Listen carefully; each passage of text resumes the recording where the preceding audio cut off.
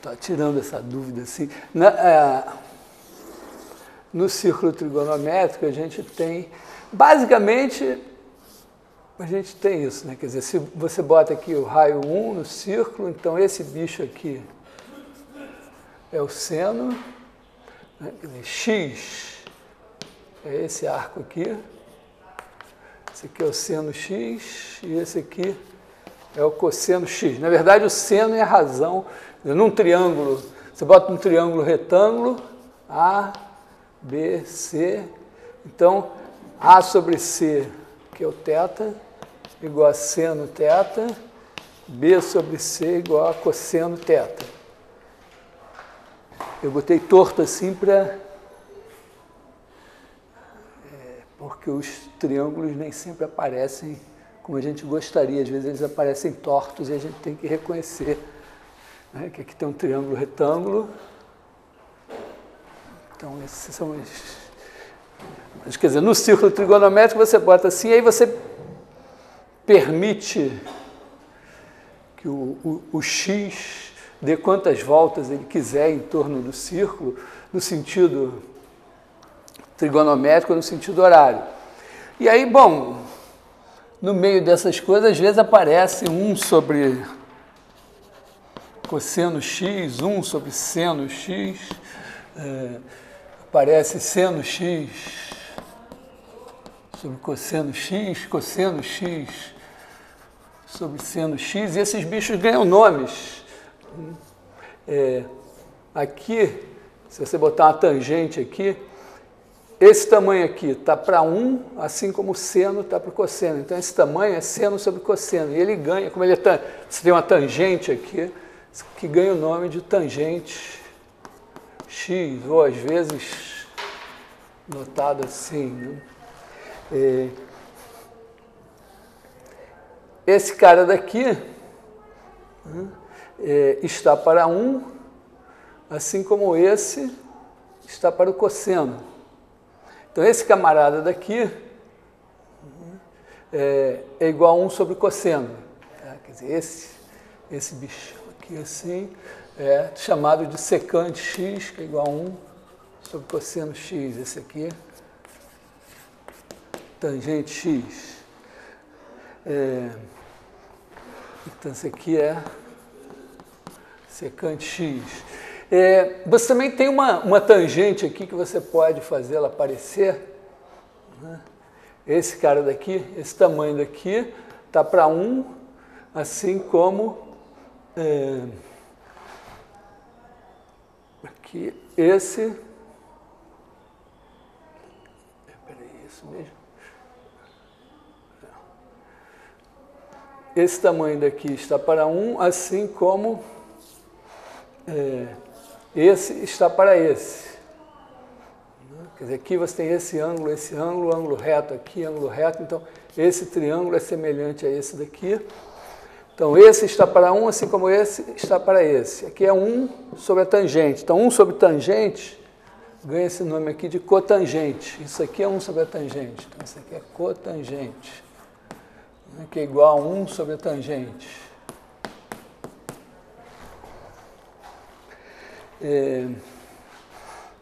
E esse bicho aqui está para 1,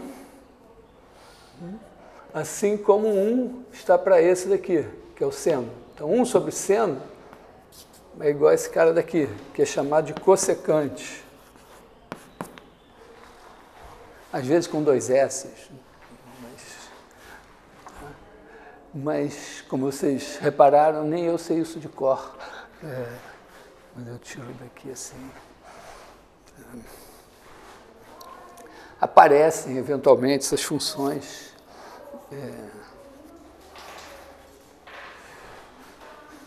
E as derivadas delas a gente pode tirar das derivadas do seno e do cosseno. Por exemplo, se você quiser saber a derivada da secante, por exemplo aqui, secante x' é igual a 1 sobre cosseno x'. Isso aqui é derivada de 1 sobre alguma coisa. Então, isso daqui vai dar cosseno vezes a derivada de 1 é 0, menos 1 vezes a derivada do cosseno, que é menos seno, então isso vai dar mais seno x, e aqui o quadrado desse, cosseno quadrado x.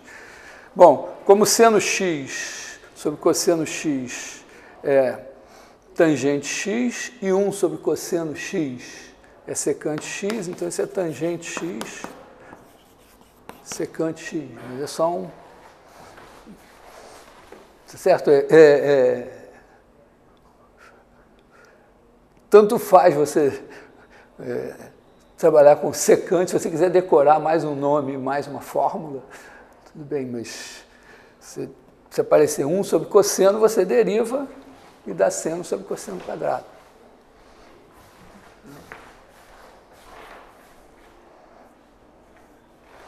São nomes e fórmulas.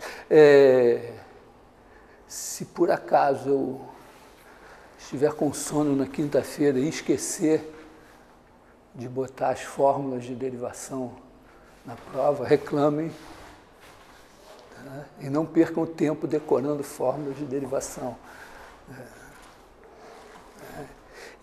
Geralmente a gente decora uma fórmula quando a gente usa muito.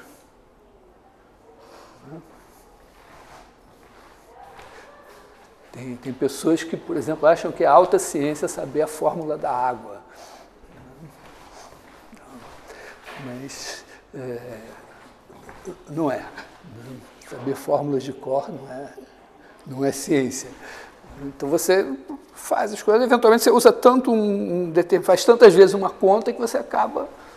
Né? A gente mais ou menos tem uma certa intimidade com os números pequenos, porque a gente tantas vezes divide por 3, multiplica por 2 e tal, que a gente sabe aquilo de cor. Oi. Não, mas é porque é cosseno vezes a derivada de 1, que é 0, menos 1 vezes a derivada do cosseno. Aqui? Então, é porque tem... eu estou usando essa fórmula aqui, derivada de 1 sobre V. Agora, o meu V é o cosseno. A derivada do cosseno é menos o seno. Então tem um menos aqui que vai com o menos seno, vai dar mais seno. Não, droga, eu troquei o lado. Eu que começar com derivando, que eu comecei derivando o cosseno em vez de começar derivando...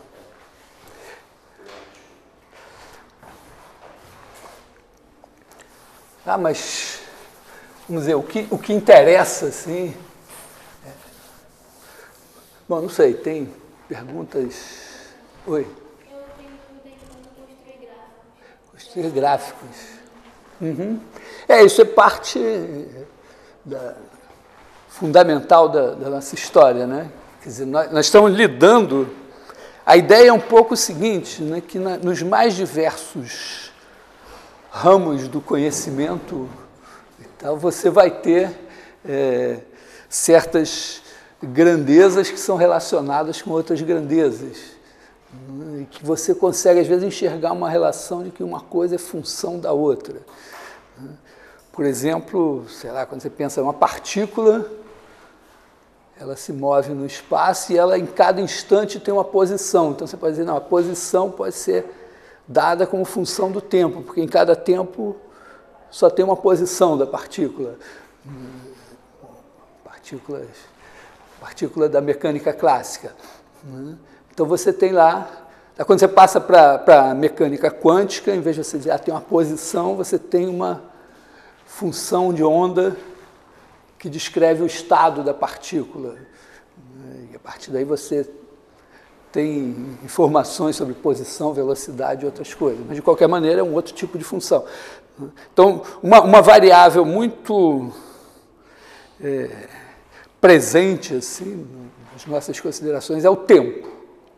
Tempo descrito como um número real. Tempo.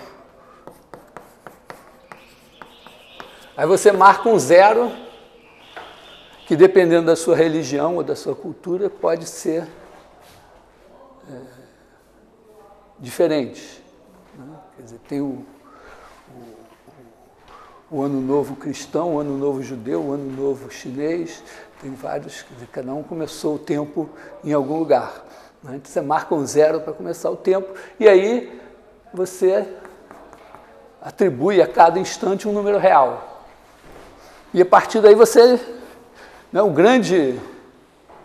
é a grande variável, né? Você sempre quer saber o que vai acontecer no futuro. Então você procura sempre ter uma descrição de uma função que descreve o estado de alguma coisa importante ao longo do tempo. Então você tem funções. Então nós vamos dizer, abstraindo. É claro que tem outras situações, quer dizer, tem outras coisas que você mede com números reais, né? Volume, temperatura, dinheiro, até felicidade, né? Às vezes bota lá, faz um gráfico e tal. Né? Então, nesse curso nós estamos empenhados em pensar assim, você tem, nos números reais tem uma certa variável x e a cada valor de x você associa um f de x, que é alguma coisa, um y que vai ser função de x, que também vai estar em R. E você chama isso tudo aqui de uma função. Rigorosamente, do ponto de vista matemático, a função é o conjunto dos pares ordenados x, f de x, que você representa por um gráfico. X, y igual a f de x. Isso aqui é uma maneira de pensar. Tá? Você poderia pensar a função assim, né? Você tem aqui o x, o f de x, e para cada x igual a aqui, você tem o f de a aqui. Você poderia ter um monte de flechinhas. Isso é uma maneira de representar a função igualmente válida. Essa aqui tem um apelo geométrico muito interessante. Então, representando as funções assim, a gente estabelece, vamos dizer, pensa assim no gráfico da função, né? Que tem em cada, vamos dizer, tem aqui o ponto A e o f de A, podia ser também assim, mas é assim. Né? E aí, vamos dizer, isso dá a gente um certo poder, né? Porque aqui, quando você olha, imagina, aqui é o tempo, e quando você olha para isso, você tem um retrato em que você, do alto, parece uma divindade, né? Você olha e você tem diante de você o passado, o presente e o futuro. É isso aqui. Fazer o gráfico da função é olhar isso. Só que para traçar esse gráfico, em geral a gente não conhece essa fórmula, quer dizer, isso aqui não tem a fórmula. Mas no curso de cálculo 1 a gente faz de conta que a gente conhece a fórmula para aprender algumas coisas sobre algumas funções. Então, na verdade, a gente vai se restringir a certos tipos de funções que a gente pode dar por algumas fórmulas. Então, por exemplo, f de x igual a x. Essa é muito fácil, mas a partir dessa daqui, com constantes e tal, você pode fazer coisas do tipo a n, x elevado a n, mais a 1x mais a 0, são os polinômios. Outras funções são as funções trigonométricas que a gente acabou de ver, né? Seno x, cosseno x e suas parentes, né? Tangente, cotangente, secante, cossecante e tal. Depois a gente introduziu outras agora, né? Logaritmo de x, exponencial de x, e a gente ainda compõe essas funções, né? Fazendo somas e diferenças de funções, produto de funções, quociente de funções e funções de funções. E com isso a gente cria uma população enorme de funções com as quais a gente consegue lidar. Então, vamos dizer, pensando assim, nós que estamos nos preparando para ser físicos, químicos, engenheiros, ou mais lá o que seja, vamos lidar com essa questão de descrever o comportamento de alguma coisa em função de outra. Então, nós estamos começando a aprender isso, começando por funções que a gente pode dar por leis conhecidas. Algumas vezes, a gente pode expressar relações importantes por meio dessas funções. E tem alguma, vamos dizer, em princípio, né, quando você vai traçar o gráfico de uma função, mesmo se você tem uma fórmula, o nível primário, elementar, é você ir dando valores a x, né, e para cada um deles, você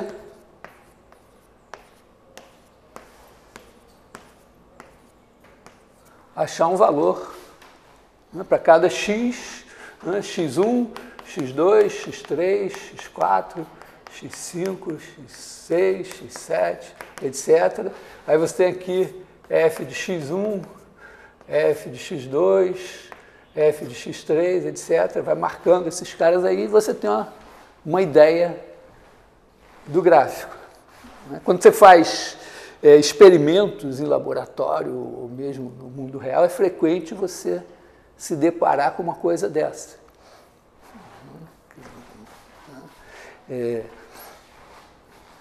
E aí você tem que se virar com isso. Uma das coisas que você faz quando experimentalmente você obtém alguns resultados é dizer, peraí, vou tentar interpolar isso, criar uma função aqui que preencha todos os outros pontos e vou tentar dar por alguma dessas fórmulas que eu conheço. A maneira mais tradicional assim é tentar botar um polinômio aqui.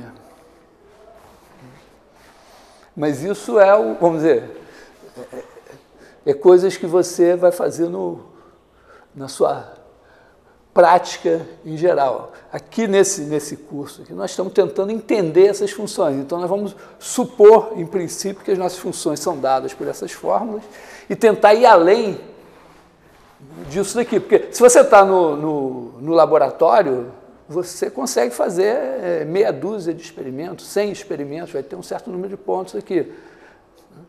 Aqui, bom, primeira coisa, isso aqui não é tão ruim assim, né? Porque agora eu tenho um computador e eu posso mandar ele marcar 1000 pontos aqui, faz isso num piscar de olhos. Então, não é tão ruim assim. Mas, mesmo quando você vai fazer o gráfico com o computador, esses 1000 pontos, eu dei um exemplo, não sei se vocês atentaram para a importância desse exemplo, eu peguei uma função f de x igual a x sobre 1 mais x2 e mostrei que dependendo, se você botar isso na tela do computador, dependendo, botar aqui seus eixos, dependendo da escala que você escolher, você pode ver o gráfico assim, pode ver o gráfico assim, ou pode ver o gráfico assim. Tá legal? A gente pode entender isso da seguinte forma, né? Quer dizer, se você pegar uma escala em que aqui tem números muito grandes, em que, vamos dizer, cada pixel aqui vai representar, sei lá, 1000. Porque aqui você pensa assim, aqui tem o 0, aqui tem o 1, mas dependendo, você pode botar de maneira que aqui tem o 0, aqui tem o 1000 no pixel do lado. Não tem o número do lado, mas o pixel do lado tem. E quando você está em 1000, você tem aqui 1000 dividido por 1.000.001. Então, quer dizer, no 0 isso vale 0, e no primeiro pixel que você vai pegar aqui, que já é 1000, você tem 1 milésimo. E se aqui o próximo pixel é 1000, 1 milésimo não saiu do chão.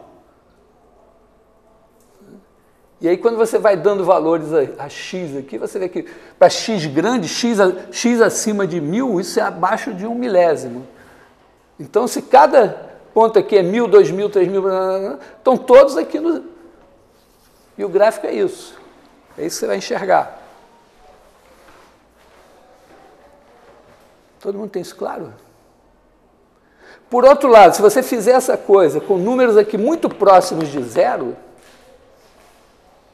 com números muito próximos de zero, o x, né, aqui você tem, sei lá, 1 milésimo, pensando assim, 1 milésimo mesmo, né, da ordem de, vamos dizer, você bota 1 milésimo aqui, assim, frações de 1 milésimo. Ora, 1 milésimo, você tem 1 milésimo, mas esse daqui é 1 milionésimo. Então, esse 1 mais 1 milionésimo é praticamente 1. É como se você estivesse dividindo o x por 1. E quando você divide o x por 1, você tem essencialmente x. Então, para cada x que você marca aqui, você vai ter praticamente o x aqui, você vai ver, é como se fosse y igual a x. Você vai ver isso. Para ver isso aqui, a gente precisa... rebolar um pouco, quer dizer, analisar essa função aqui e ver, poxa, quando o x é zero, a função vale zero. Quando o x vai para mais infinito, x sobre x2 vai para zero, né? Esse 1 dá melhor, então, em mais infinito você vai para zero positivo. Aqui está em zero e aqui vai para zero com números positivos. Para x maior que zero, esse negócio é sempre positivo. Então, começou em zero, vai para zero. Está sempre positivo? Bom, tem que dar. Né? Você começou aqui, vai morrer aqui, sendo sempre positivo, você vai começar a ser positivo, mas alguma hora você vai ter que virar para descer para zero. Né? Por exemplo, se você pensar assim, aqui em x igual a 1, você está com 1 meio. Né? Então, pelo menos assim, em zero você está aqui, em 1 você está em meio. Você até subiu até aqui, mas alguma hora você vai ter que descer. Quer dizer, deve ter alguma coisa assim. Se você olhar para o lado de cá, é a mesma coisa, só que esse x é negativo. Então, você vai ter alguma coisa assim. Então, vale a pena você tentar saber onde é que está esse máximo aqui, onde está esse mínimo aqui, até onde a função cresce, como ela decresce. Quer dizer, a gente começa a trabalhar com as ideias de limite. Por exemplo, eu peguei o limite no infinito, é uma informação importante sobre uma função, para onde ela vai no infinito. O crescimento, a taxa de crescimento é derivada. Então, os trechos, os intervalos onde a derivada é positiva são intervalos em que a função está crescendo. Os intervalos onde a derivada é negativa são intervalos onde a função está decrescendo. Então, o sinal da derivada me informa sobre isso. Então, esse gráfico aqui é um gráfico bom nesse sentido para estudar, né? Quer dizer, você pode... Eu gosto de fazer... Alguém me ensinou a fazer isso, não me lembro quem. Não fui eu que inventei. Mas fazer uma coisa assim, né? Você pega aqui o x, o f de x, o f' de x, eventualmente até o f duas linhas de x.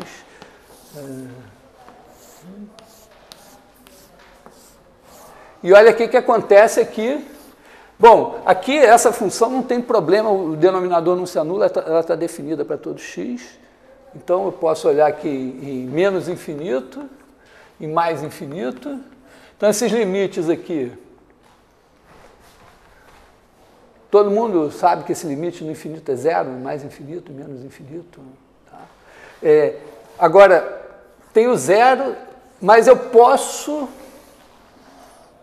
explorar um pouco mais isso, observando que no mais infinito, isso é zero positivo, e no menos infinito, isso vem negativo para zero.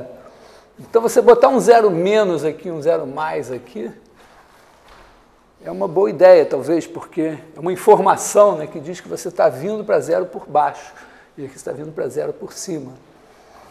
Bom, essa função tem uma simetria, né, porque quando você fizer f menos x, isso é menos f de x, porque aqui é igual e aqui troca o sinal. Talvez ver aqui que em zero a função vale zero, não custa nada para a gente se situar. Agora, essa é a cara que eu já espero. Então, vale a pena eu olhar para a derivada e ver onde ela é positiva, onde ela é negativa. Se eu conseguir. Sempre esse tipo de exemplo é um exemplo de brinquedo, porque é um exemplo em que dá para fazer as contas. Nem sempre dá para fazer as contas. Então, quer dizer, se você olhar aqui, você pode calcular f' de x. Bom, isso aqui é um quociente, né? Então, aqui você tem uma coisa tipo, vamos dizer, u sobre v', então isso aqui é v2, v' menos u v'. Então, vamos botar aqui 1 mais x2 ao quadrado. Aqui tem 1 mais x2 vezes a derivada de x, que é 1, menos x, vezes a derivada de 1 mais x2, que é 2x. Então, isso daqui vai dar 1 menos x2 sobre 1 mais x2 ao quadrado. Em princípio, eu não mexo nisso daqui, porque eu estou querendo olhar para o sinal da derivada. Se eu quero olhar para o sinal da derivada, ter um cara no denominador que é sempre positivo é ótimo. Porque eu só tenho que olhar para o sinal disso daqui. Aí 1 mais x2, 1 menos x2, bom, aqui é até melhor não fazer nada, né? Porque 1 menos x2, quando x2 é menor que 1? É quando x está entre menos 1 e 1. Então, com x entre menos 1 e 1, vamos botar aqui, menos 1, está assim mais para cá, menos 1 e 1. Quando x está entre menos 1 e 1, isso aqui sempre é positivo, e esse aqui vai ser positivo. Então, aqui você tem sinal positivo aqui. Quando x é 1 ou menos 1, isso daqui dá zero. E quando o módulo de x é maior que 1, ou seja, x maior que 1, isso daqui é negativo, e x menor que menos 1, isso aqui também é negativo. Então, negativo aqui. Isso me permite, então, no rascunho do meu gráfico, já fazer assim, né? Em zero está aqui. Bom, aqui então eu tenho 1, menos 1, eu já tenho um ajuste de escala agora, né? Porque eu sei que tem pontos relevantes aqui que estão nesse tamanho. Em 1, eu tenho meio,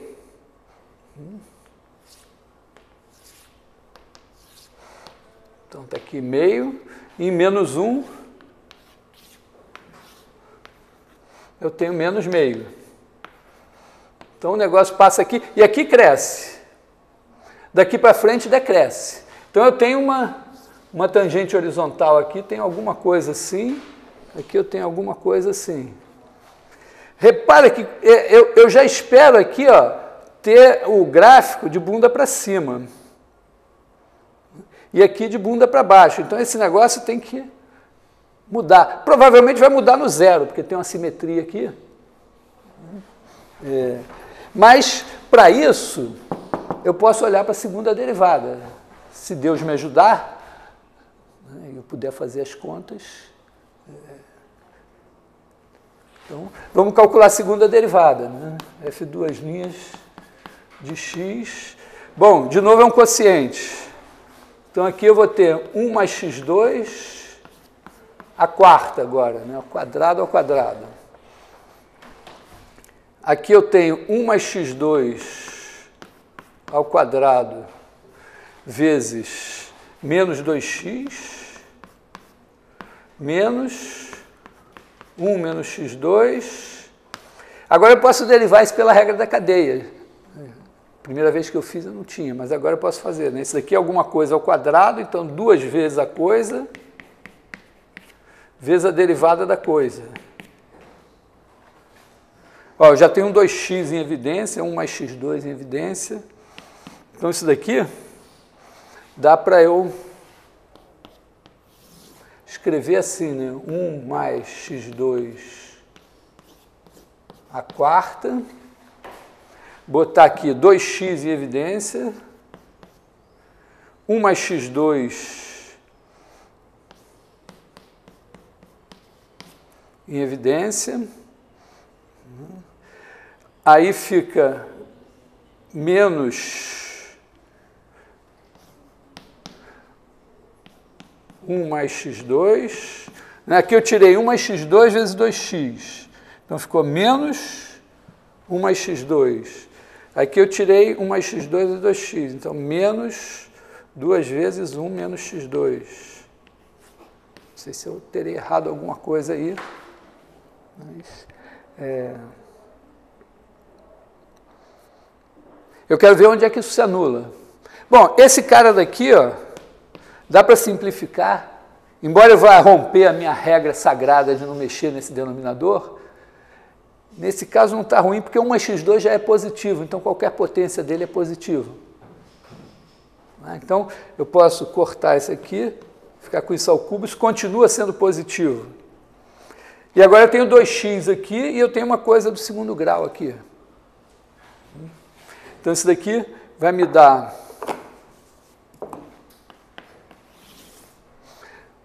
1 mais x2 ao cubo. Aqui eu tenho 2x e aqui dentro eu tenho... Eu vou botar esse menos aqui para fora que ele está me enchendo o saco aqui, né? 1 mais x2 mais 2 menos 2x2. Então, eu tenho 3 menos 2x2, se não me engano.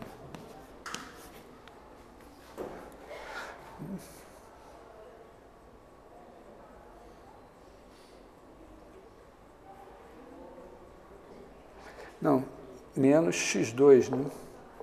Aqui eu tenho x2 menos 2x2, então isso daqui. Vê se eu errei alguma coisa.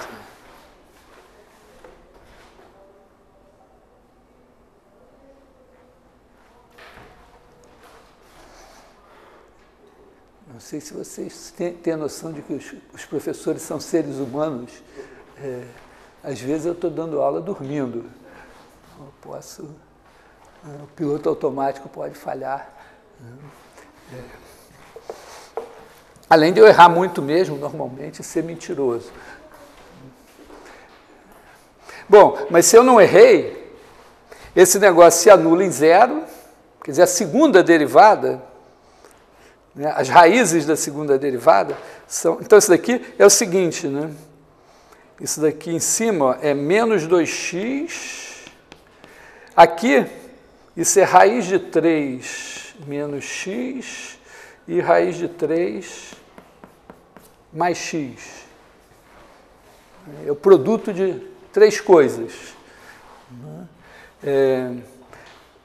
Acho que eu posso botar, para ficar psicologicamente mais agradável para mim, eu vou trocar esse sinal menos e vou trocar isso aqui. Então, eu vou botar 2x, raiz de 3, x menos raiz de 3,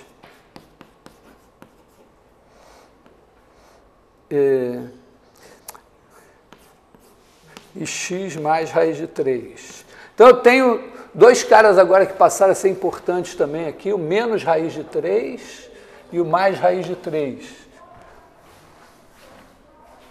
E o zero. Eu troquei o sinal tirei esse menos aqui, troquei a ordem desses dois aqui, ó. Botei menos esse, que é 2x, e menos esse, que é x menos raiz de 3. Fiquei mais feliz, assim. Mas, de qualquer maneira, eu também posso pensar isso, né? Que isso é 2x, e isso aqui é x2 menos 3. Então, é para olhar o sinal, né? Bom, quando x é positivo, esse cara é positivo. E esse cara é positivo quando x é maior que raiz de 3. Então, quando x é maior que raiz de 3, aqui a segunda derivada se anula e se anula. Quando x é maior que raiz de 3, ela é positiva. Quando x é menor que raiz de 3 e maior que 0, isso aqui é negativo, esse é positivo. Então, aqui é negativo. Quando x é menor que 0 e x é maior que menos raiz de 3, esse cara é negativo, esse é negativo, então esse aqui é positivo. E para cá, esse é negativo e esse é positivo, então negativo. O que significa a segunda derivada positiva ou negativa, né? Segunda derivada positiva, a derivada, a inclinação é assim, né? Quando ela está crescendo, né, a segunda derivada é a derivada da derivada. Então, quando ela é positiva, é porque a derivada está crescendo, a inclinação está aumentando. Ou, se ela for negativa, a inclinação está diminuindo. De qualquer maneira, ela está fazendo assim, ó. Quer dizer, segunda derivada positiva, bunda para baixo. Função convexa. Segunda derivada negativa, a derivada está diminuindo, bunda para cima. Bom, aqui a gente espera já bunda para baixo. Só que aqui, ó, tem o 1, menos 1, aqui tem o menos raiz de 3, aqui tem o mais raiz de 3, menos raiz de 3 é mais para cá, né? Raiz de 3 é uma coisa da ordem de 1,7, né? Então, mais ou menos um tanto aqui. Então, isso aqui seria, vou botar aqui menos raiz de 3, vou botar aqui raiz de 3. Então, até aqui, ó, até esse ponto, você tem segunda derivada assim. Até aqui. Depois ela faz assim e aqui ela muda. Porque é de se esperar isso, né? Você tem uma coisa assim. Então, aqui, ó, assim, você tem a função convexa, mas alguma hora ela tem que deixar de ser convexa, senão ela vai embicar para cima. E aqui a função é côncava, mas ela tem que deixar de ser côncava, porque senão ela vai embicar para baixo, não vai poder ir para 0. Então, esses lugares onde ela muda são menos raiz de 3 e raiz de 3. A gente pode até calcular o valor da função. Em menos raiz de 3, você tem menos raiz de 3 sobre 10. Então, já é pequenininho, né? Porque raiz de 3 é na ordem de 1,7, dividido por 10 é na ordem de menos 0,17. Então, aqui já está meio pertinho de 0. Quer dizer, você vai ter uma coisa assim, né? Até meio difícil de desenhar essa mudança de concavidade. Aí você tem uma coisa assim, e aqui também... Oi?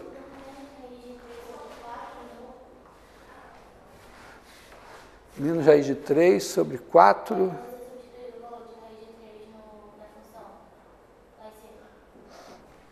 Aqui em cima? Ah, sim, isso. É sobre 4, é verdade. Fiz 3 ao quadrado em vez de raiz de 3 ao quadrado. Quer dizer, sobre 4, bom, já fica melhor um pouco para ver, né? Porque está mais perto de meio, né? Então está melhor.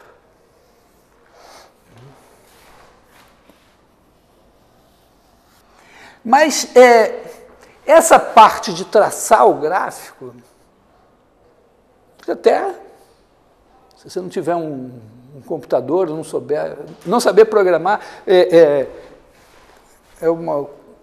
tem um colega que é um matemático bastante bom, sim, recentemente conversando, falando, discutindo que os alunos têm que aprender a programar no primeiro período. Ele falou, não, porque o cara hoje não saber programar é o mesmo que ser analfabeto.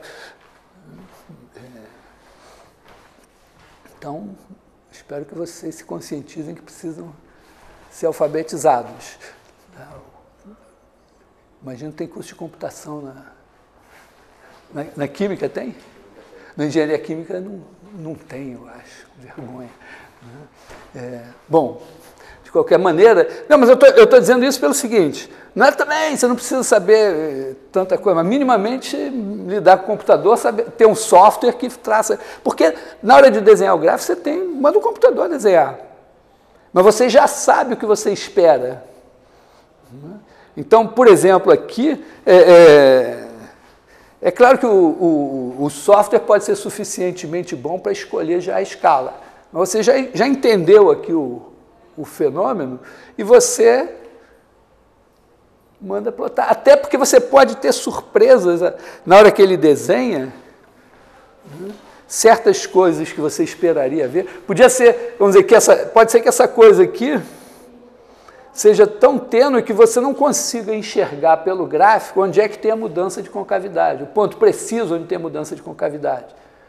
Mesmo o computador traça o gráfico bonitinho, você olha aqui, não é muito...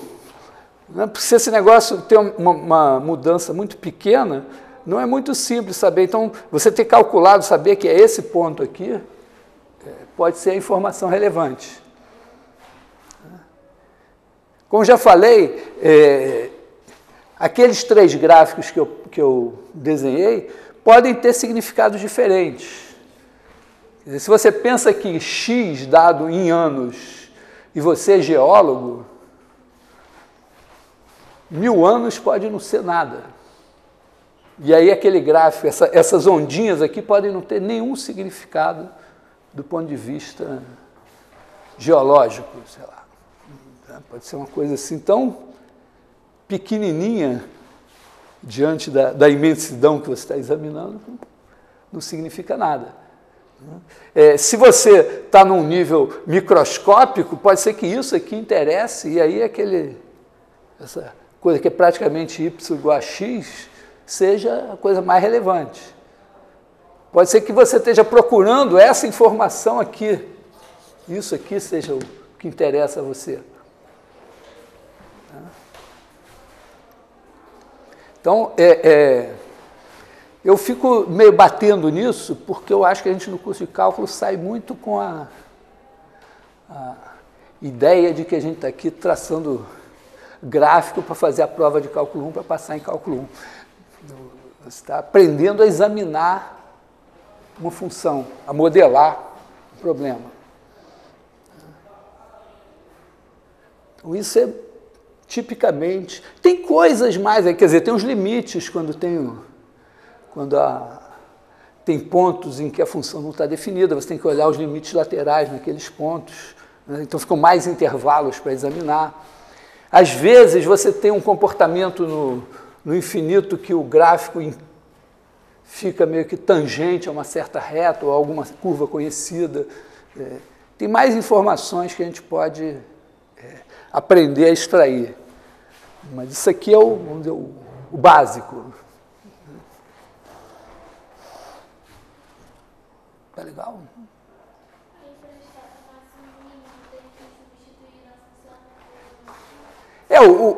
Vamos dizer, pode ser que para você a informação relevante seja esse ponto de máximo aqui. Esse ponto aqui é um ponto onde a derivada se anula. Bom, a derivada se anulou em -1 e 1. Então, se você está procurando um ponto de máximo, nesse caso, a função veio de 0, vai para 0, e em algum lugar ela vai atingir um valor mínimo, e em algum lugar vai atingir um valor máximo. Então, você está procurando ou o máximo ou o mínimo, você tem que olhar onde a derivada se anula. E aí tem o -1 e o 1. Você pode checar diretamente, calcula f de -1 deu -meio, f de 1 dá meio, então esse é o maior. Ou o próprio gráfico já indica que não tem chance de ser esse daqui. Repara que eu já usei derivada, né, para saber quantas raízes tem uma certa equação do terceiro grau. Né? A gente traçou o gráfico e diz, tem uma, tem duas, tem três, sei lá. Às vezes é isso, entendeu? Você tem que saber o que você está procurando e tem que se virar com as coisas que você sabe. Isso também é muito importante, né? Não são as coisas que servem para alguma coisa. Você sabe algumas coisas, você está diante de um problema, você se vira com o que você sabe. Se você souber muito, em princípio é melhor, às vezes atrapalha, porque você embaralha com as coisas, todas as coisas que você sabe, não consegue ter uma ideia simples, mas em princípio você saber mais, você está mais preparado para lidar com o problema. Então, vamos dizer, nossas coisas assim, o conceito de derivada, a ideia de limite, o conceito de derivada, regras de derivação, a gente deduziu, até gastei um tempo, mas estão lá as regras de derivação, traçar um gráfico e, eventualmente, vamos dizer, tem um problema mais especializado em que você tem um problema e que você quer, e que, eventualmente, a gente brinca de fazer esses problemas, o problema de achar o valor máximo de alguma função, ou o valor mínimo. E aí você tem que procurar, na verdade, nesses problemas, às vezes a função não está dada. Tem um problema que a gente não terminou, acho que a gente podia terminar ele. Né? Que é também um bom problema. Quer dizer, esse de dois meios separados por uma superfície plana, que aqui vai aparecer como reta, né? Em que você tem uma velocidade aqui, V1, e outra velocidade aqui, então você vai de um ponto aqui até um ponto aqui, ponto A, ponto B, e como você tem, quer dizer, você pode pensar a velocidade da luz em dois meios diferentes, né? Tem um ar, vidro, ar, água, ou qualquer coisa assim, ou pensar que você está participando de um pentátulo, alguma coisa assim, então você tem uma parte que você vai nadar e depois você vai correr e você nada com uma velocidade, corre com outra, então onde é que você vai sair aqui para ser o mais rápido possível? Mas pensando então, o problema é ir do ponto A ao ponto B, sabendo que a velocidade aqui é V1, aqui a velocidade é V2, e você quer no tempo mínimo. Repara, não tem, a função não está dada, então a primeira coisa aqui é você determinar a função. Uma ideia assim, né, é dizer, bom, eu vou botar o zero aqui, supostamente, bom, eu tenho que conhecer esses tamanhos aqui, né? Aqui eu tenho que ter um tamanho A, um tamanho B, aqui eu tenho que ter um espaço aqui entre esses dois caras aqui, que eu posso chamar de D. E agora eu tenho aqui um ponto X, X pertence a B, não é que ele pertence a B, eu poderia perfeitamente achar que a melhor coisa é vir até aqui e vir para cá, mas está na cara que não vai ser a melhor ideia, né? Nem vir para cá e depois vir para cá. Então a gente pode pensar assim, mas em princípio o X pode ser qualquer real.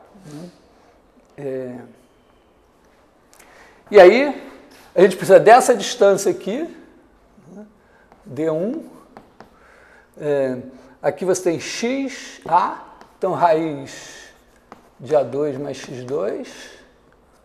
Aqui você tem a distância D2, que é raiz quadrada de D menos x ao quadrado mais B2.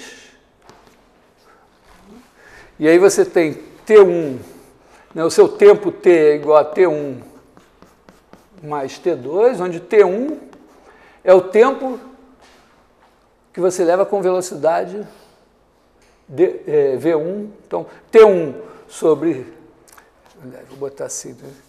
D1 sobre T1 igual a V1 e D2 sobre T2 é igual a V2. Então, aqui você acha T1, T2 e acha a função T, né? Então, isso aqui vai dar D1 sobre V1, então raiz de A2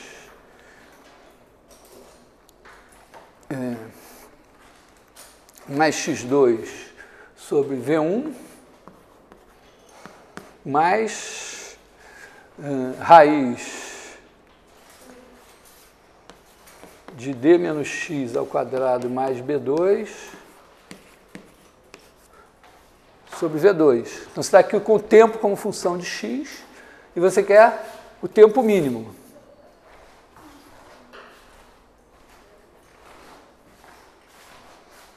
Tá? Repara que, como eu observei, não tem nenhuma restrição sobre x aqui. X pode ser qualquer. Quer dizer, na verdade, se você mandar o x para menos infinito ou para mais infinito, não tem problema nenhum. Mas o que vai acontecer? Quando o x tender para infinito, isso aqui tende para infinito, isso aqui também. Quando o x tender para menos infinito, isso tende para infinito, isso daqui também. O que não é ruim, porque para olhar para a nossa função, significa que ela vem de infinito, vai para infinito, é sempre positiva, então em algum lugar ela vai ter um mínimo. Não é que eu espero aqui que não seja assim, porque isso significaria x negativo. Na verdade, eu espero, o que eu estou esperando é uma coisa assim, né? Estou entre 0 e D, então ela vem de infinito, vai para infinito, e em algum lugar aqui entre 0 e D deve atingir um valor mínimo. Não sei se o gráfico é tão simples assim, mas... Só que aqui o problema já está especializado. Eu só quero saber, né, onde é que eu saio aqui para ter o tempo mínimo. Então, eu só estou interessado nesse ponto aqui, onde a derivada vai ter que ser zero. Repara que tem uma vantagem entre supor x aqui e x aqui, porque que é o seguinte, quando você está no intervalo AB, aliás, eu botei AB, mas é 0D, né? 0D, você pode ter uma coisa assim, que tem um mínimo aqui, mas você pode também ter um gráfico que seja assim, e o mínimo está aqui, e um que seja assim, e o mínimo está aqui. Nesse primeiro caso, no ponto de mínimo, a derivada é zero. Mas no segundo e no terceiro, não. Então, quando você está num intervalo fechado, você está procurando o valor mínimo, você tem que olhar as extremidades também.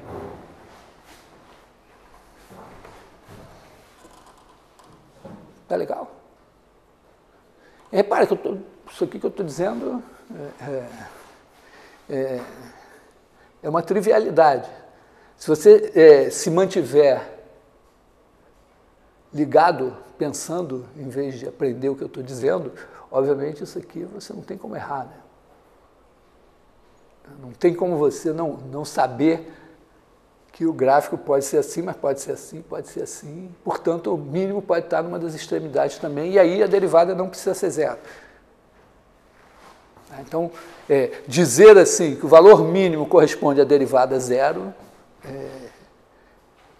é verdade se você estiver numa situação que o intervalo é aberto e o máximo e o mínimo não podem ser nas extremidades, né?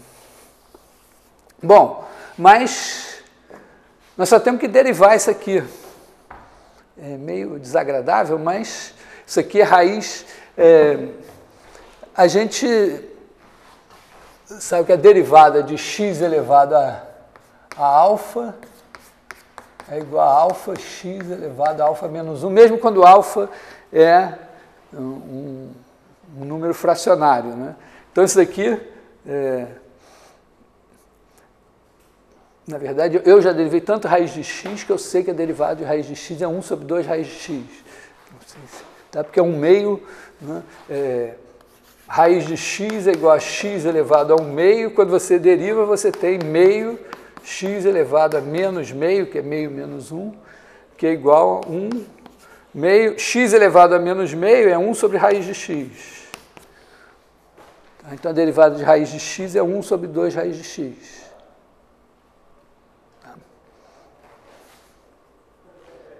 Tá bom isso aqui? Então, eu vou fazer assim direto, né? Vou escrever aqui telinha, é igual a 1 sobre V1, 1 sobre 2 raiz desse negócio aqui, A2 mais X2, vezes a derivada de A2 mais X2. Então, a derivada de A2 mais X2, eu vou botar isso tudo aqui assim, a derivada de A2 mais X2 é 2x. Então, isso daqui é a derivada do lado de cá.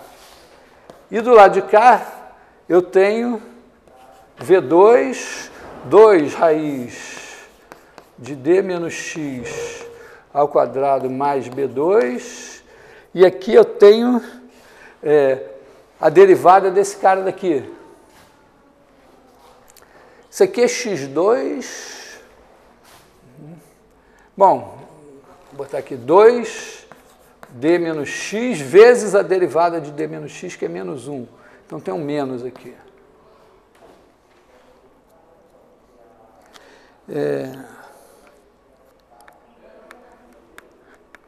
Meio desagradável, né? Mas, bom, corta 2, 2, 2, 2.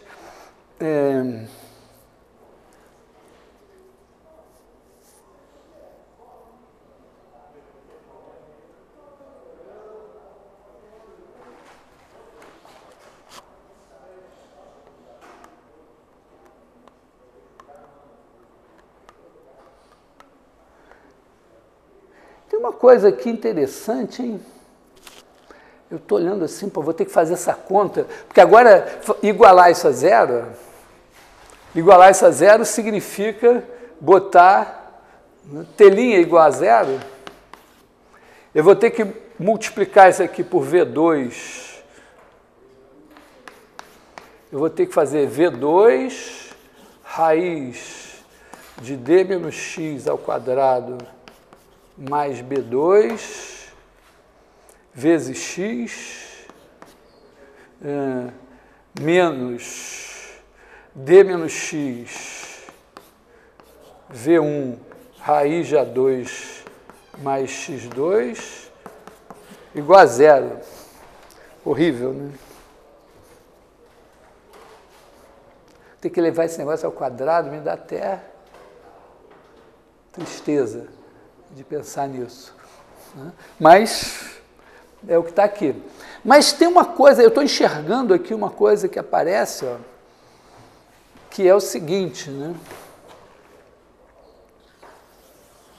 Esse cara e esse cara daqui, ó, x, né, eu posso reescrever isso assim, né?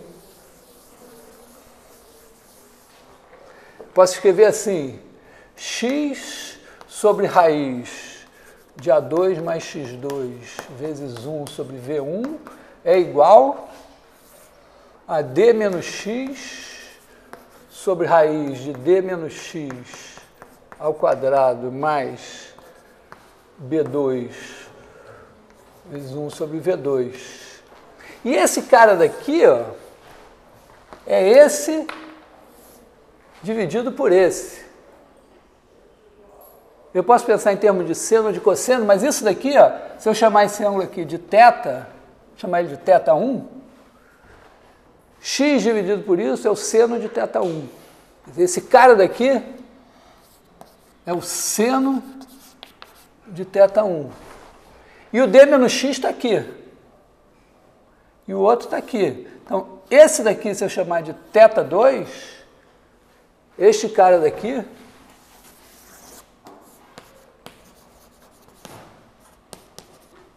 é o seno de θ2.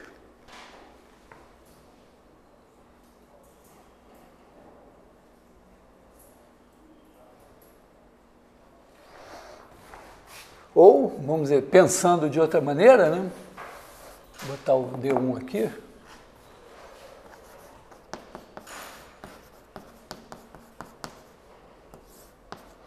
Se eu fizer, botar uma vertical aqui assim, esse daqui é o θ1 e esse daqui é o θ2.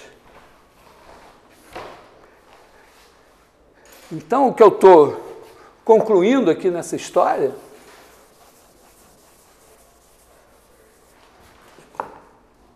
espero que a lei seja, que eu não tenha trocado nada aqui, né? Mas eu estou concluindo que o seno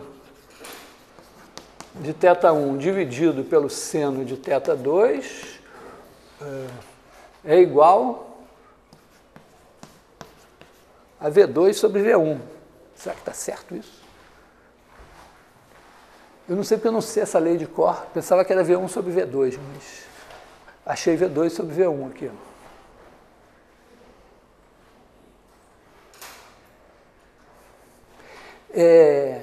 A velocidade da luz na água é maior ou menor que no ar? Hã? Menor, né? Então vamos ver se seria... Porque isso aqui é justamente a situação aqui Aragua, né? Pela nossa experiência, você olha daqui e você vê como se o fundo da piscina fosse aqui, mas ele é aqui. Tá legal? Então, aqui você tem V1 maior que V2. Aliás, V1 é menor que V2. Né? E está dando o seno θ1 maior que o seno θ2. Então, está de acordo com a nossa experiência. Né? Tá? Quer dizer, quando o seno θ1 é maior que o seno θ2, no caso Aragua, a nossa experiência é esse ângulo aqui é maior do que esse e a velocidade... Tá certo? Não, tá errado. Tá ao contrário, né? Então, será que eu errei alguma coisa aqui? Não, faz passo a passo. Hã? Faz passo a passo. O seno de θ1 sobre V1 vai ser igual a seno de θ2 sobre V2, certo? Aí você passa só o V2 para a esquerda e vai multiplicando. Ah, sim. Eu errei na multiplicação mesmo. Né? Era seno θ1 sobre V1 igual a seno θ2 sobre V2. Então, V1 sobre V2. Eu tenho a experiência de errar em conta. Eu erro muito em conta. E eu tenho horror... Eu erro em conta porque eu tenho horror a fazer as contas. Então, eu sempre tento pular vários passos ao mesmo tempo e numa dessas eu tropeço e caio. E eu tenho horror de conferir. Mas uma coisa que eu gosto de fazer é, no fim, olhar o resultado e ver se eu acredito nele.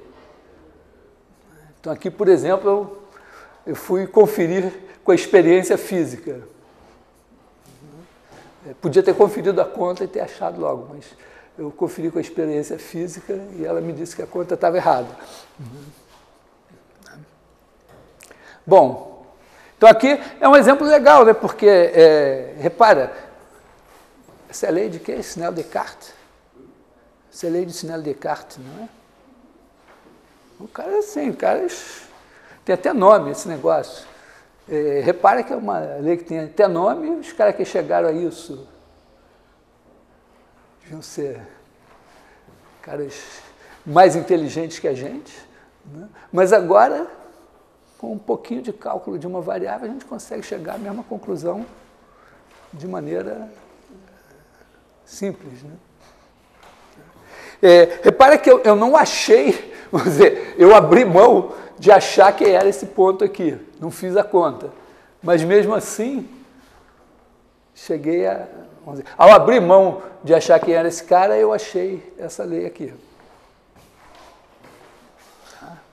Então pode ser, às vezes você está tentando resolver um problema e acaba resolvendo outro. Isso também é muito comum.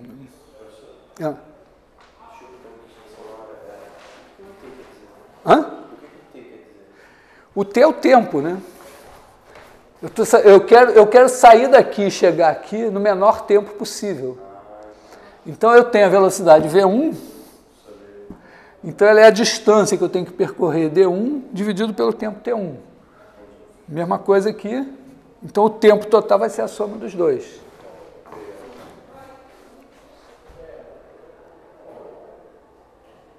Tá legal?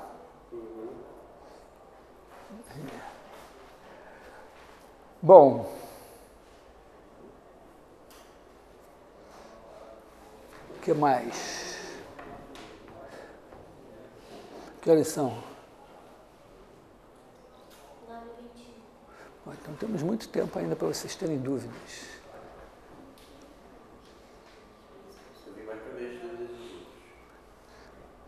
Pô, mas você tem que contribuir também, né? Porque assim... A gente chega achando que não tem dúvida, aí chega na prova. Então, você tem que ter suas dúvidas. O que é isso? Uma dúvida? Hã? 36? Eu não sei se eu sei fazer esse exercício, não. Vamos ver. Eu botei uma lista de exercícios, que é o seguinte, eu não sei se vocês viram, eu botei uma segunda lista de exercícios, que é uma lista de 60 exercícios. Né? Nossa, mas tá muito difícil. Hã? Tá muito difícil. Mas é uma lista que, se você fizer essa lista, você merece ser aprovado em cálculo 1.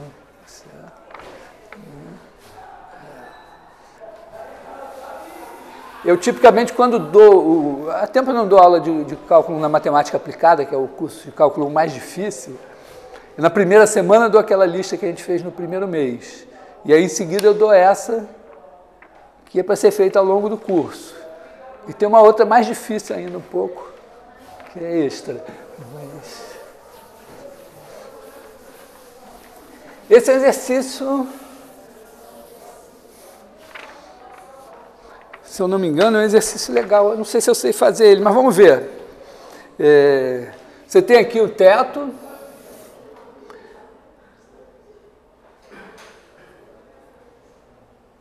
Aqui você tem uma corda. E aqui tem uma polia. Aqui tem um ponto A. Aí você tem uma outra corda.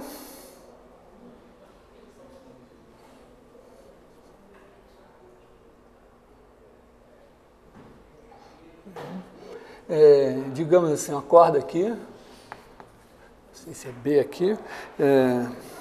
Está presa num ponto B.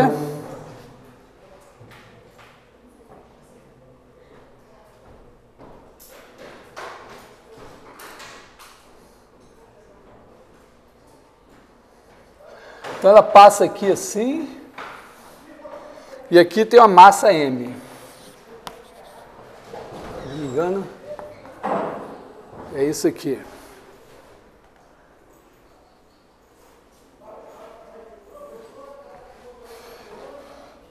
Aqui é D, aqui é R.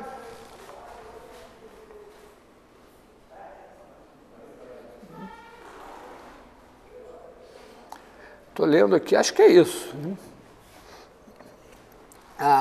O D supostamente é maior que R, não sei porquê. Aqui tem um comprimento L. Né? Essa corda aqui tem um certo comprimento total L.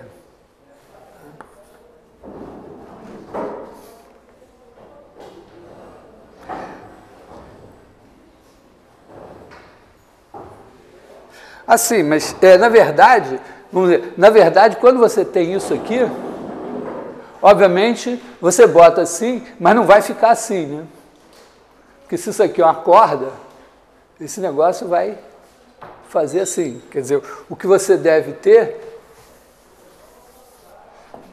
vai ser uma coisa meio assim, né? Obviamente aqui, tudo é ideal, né? Então aqui você tem um comprimento R, D é maior que R, isso aqui tem um comprimento total L, e essa é a história. E a questão é, primeiro, bom, isso aqui está em equilíbrio, então,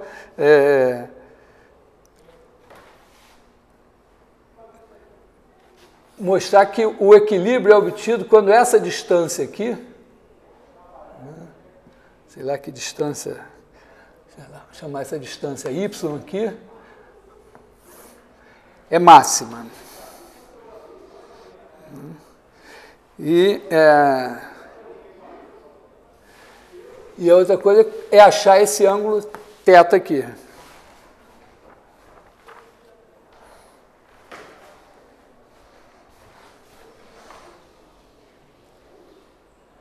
Então, entenderam o problema? Tem uma...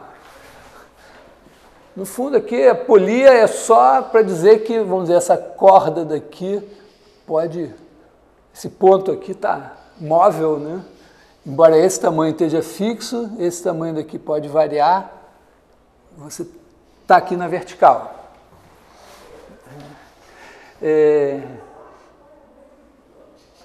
Bom, se eu fosse físico, eu diria o quê? Que eu tenho uma energia potencial que é proporcional à altura e que o equilíbrio vai ser quando a energia for mínima. Então, vamos dizer, aqui eu vou buscar o ponto mais próximo do solo, aqui eu vou estar em equilíbrio.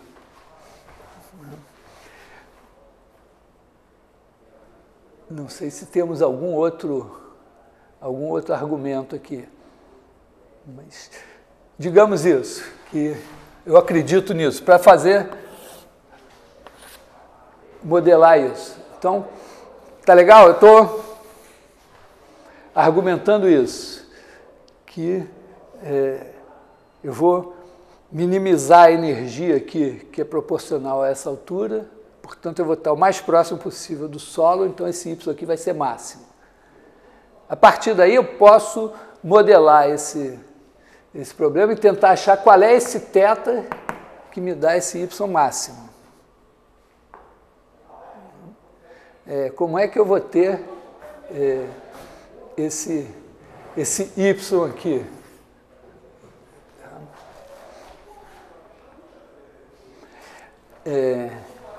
Esse comprimento aqui é L, né? Então, esse comprimento Y tem um pedaço aqui,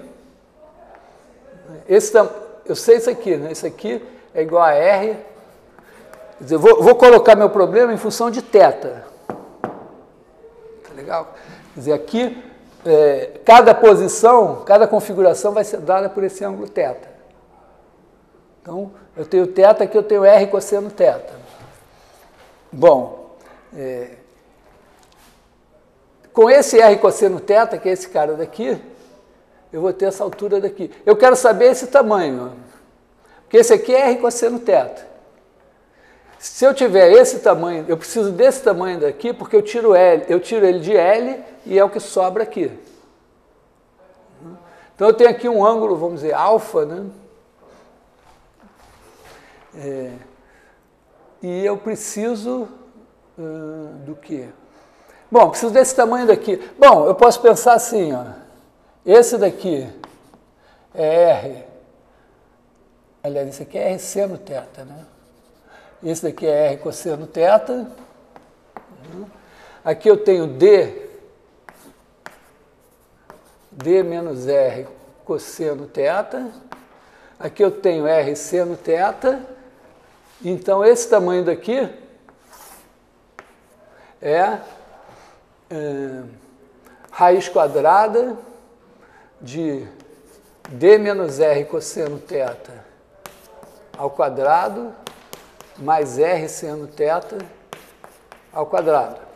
Quer dizer, esse daqui é R seno θ, esse daqui é R cosseno θ, esse é D menos R cosseno θ, então Pitágoras, essa hipotenusa daqui é o quadrado desse, mais o quadrado desse, raiz quadrada. Isso me dá esse tamanho. E o que eu... Então, esse pedaço daqui que sobra é L menos isso, é esse tamanho aqui que sobra. E aqui eu tenho R seno θ. Então, esse tamanho Y é essa função de θ aqui. Tá legal? Então, se eu não errei, eu quero o valor máximo desse negócio. Θ aqui, θ varia em princípio, né, de 0 a... eu posso até trazer o negócio para cá, né? E aí o zero vai de 0 até π. Em princípio. Tá? Quer dizer, quando nada me impede, né, de puxar essa coisa para cá. Uma posição seria trazer o R, essa corda aqui para cá, e a outra seria trazê-la para cá. Uma corresponde a θ igual a 0 e a outra a θ igual a π.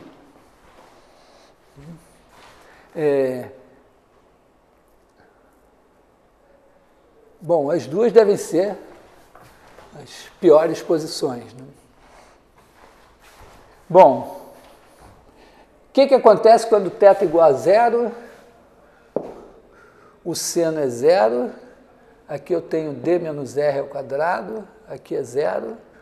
Então, vamos dizer, θ igual a 0, eu tenho y igual a L, certo? Θ igual a 0, isso é 0, isso aqui é R, d menos r ao quadrado, raiz quadrada, d menos r, aqui é 0. E θ igual a π, y vai ser... Em π o seno é 0 também, né? Só que o cosseno é menos 1, então aqui eu vou ter d mais r. Aqui vai dar 0, aqui vai dar 0. Isso aqui é L menos D mais R e L menos D menos R. É claro, né, o θ igual a π, eu vou ter que puxar essa corda até aqui. Bom, mas eu estou fazendo essa conta, eu prefiro não fazer, mas estou fazendo essa conta porque, em princípio, eu estou procurando o máximo, e o máximo pode estar numa das extremidades. Já está claro, e obviamente estaria claro, né, que eu trazer o negócio para cá, vai, na verdade, ser o mínimo, né? Mas esse daqui ainda é um candidato a máximo, não sei. Bom, de qualquer maneira, vamos derivar y. Y'. Bom, isso daqui dá 0. Y' aqui. É bom escrever, tem uma notação que eu raramente uso, mas é o dy dθ. Que a derivada é o limite do ΔY sobre Δθ. Então tem essa notação do dy é o ΔY infinitesimal, o dθ é o Δθ infinitesimal, como se fosse o quociente nos infinitamente pequenos. É uma notação só. Bom, então isso daqui vai dar, derivando esse daqui, vai dar R cosseno θ. Esse aqui deu 0. Aí eu tenho menos raiz de alguma coisa. Raiz de alguma coisa é 1 sobre 2 raiz da coisa, d menos r cosseno θ ao quadrado, mais r seno θ ao quadrado, vezes a derivada do que está aqui dentro. Então, eu tenho 2 vezes... Aqui vai ter 2 vezes e 2 vezes. Eu vou botar esse 2 para fora. Vou cortar esse 2 com esse 2 já. Então, aqui eu vou ter d menos r cosseno θ, vezes a derivada de d menos r cosseno θ. O d vira 0. Aqui eu tenho r menos seno, então eu vou ter r seno θ. Mais aqui eu vou ter r seno θ.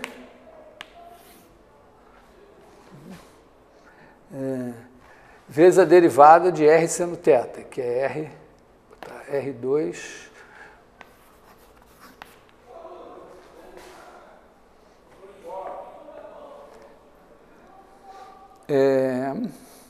Bom, não está de todo mal aqui assim, tem alguma coisa que simplifica, né? Esse R2 cosseno θ seno θ corta com esse R2 seno θ cosseno θ. Então esse cara daqui vai sumir junto com esse.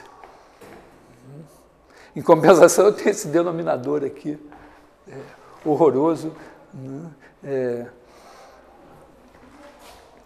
Então, eu vou ter esse menos isso daqui igual a zero.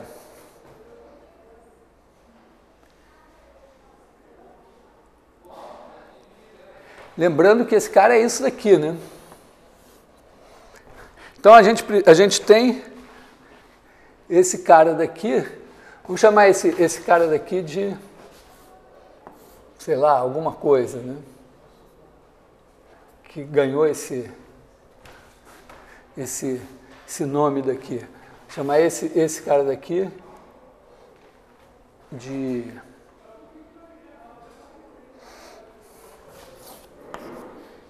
L1.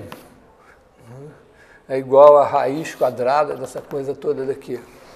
Então, eu estou com R cosseno θ,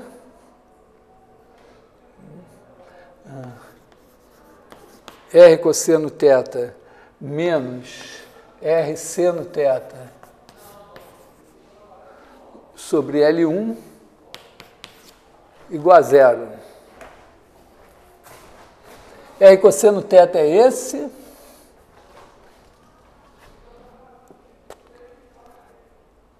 Preciso de uma... Eu tenho uma expressão aqui para tangente de θ, né? Quer dizer, aqui, ó, eu tenho R seno θ sobre L1 é igual a R cosseno θ. Então, daqui, ó, eu vou ter tangente θ, que é o seno θ sobre cosseno θ, igual a L1. Estranho isso, hein? Não estou acreditando nessa coisa, não. Errei alguma coisa aí. Por que eu não acredito, né, no que está aqui? Porque esse L1 é uma medida, é dado em unidade de comprimento, né?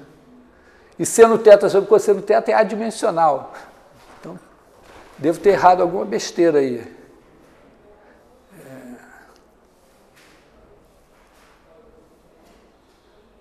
Aqui eu tinha D.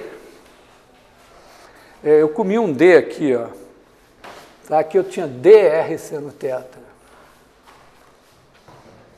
Tá?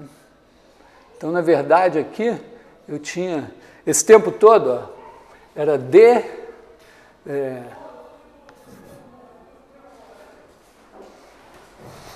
Tá? Aqui eu tinha dr seno θ sobre esse negócio, L1, é igual a R cosseno θ. Então, aqui fica isto assim, né? E aí eu tenho L1 sobre D.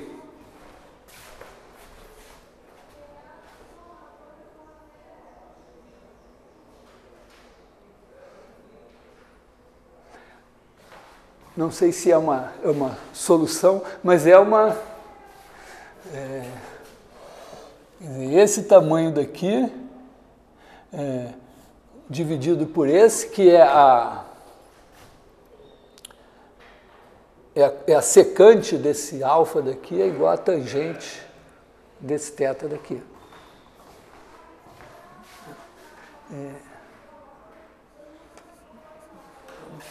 De qualquer maneira, quer dizer, você pode escrever θ. O problema é que o L1 está dado em termos de θ também. Mas é uma relação legal, assim. Não sei se a gente tem como tirar alguma coisa melhor daí, né? Porque a rigor, bom, pode-se tentar, né? Porque você tem esse cara daqui, você pode elevar ao quadrado.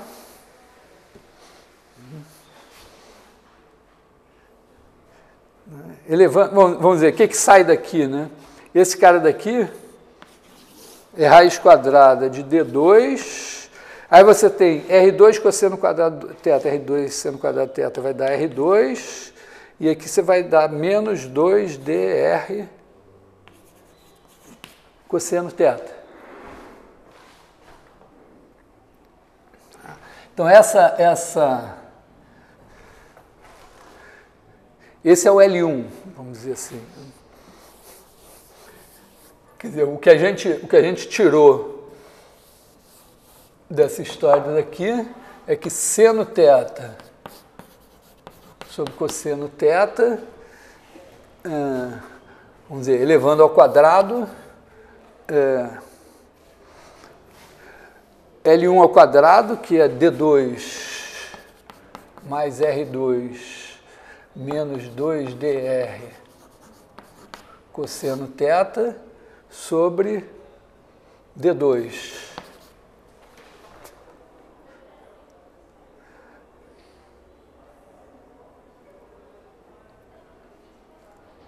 Não me parece muito animador, assim, que a gente vai conseguir tirar alguma coisa melhor sobre o θ do que isso daqui. Né?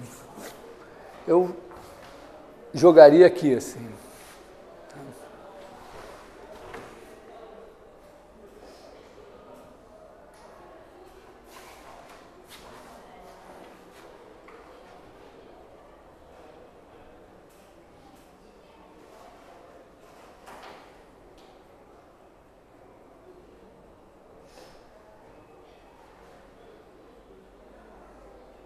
Talvez dê para tirar alguma relação mais interessante aqui com esse ângulo aqui, esse daqui, não sei.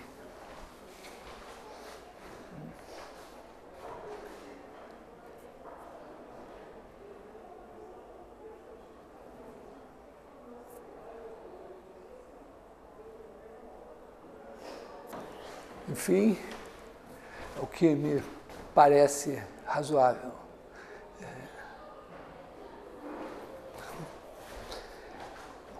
Que horas são? Hã? 42? Pô, levou só 20 minutos para fazer isso aqui. Bom, tá, aqui eu acredito que procurando um pouco mais, pode ser que saia alguma coisa um pouco mais bonita. Porque pode jogar com esse ângulo e esse daqui, assim, uma coisa... Mas, em princípio, a montagem do problema é essa. Né?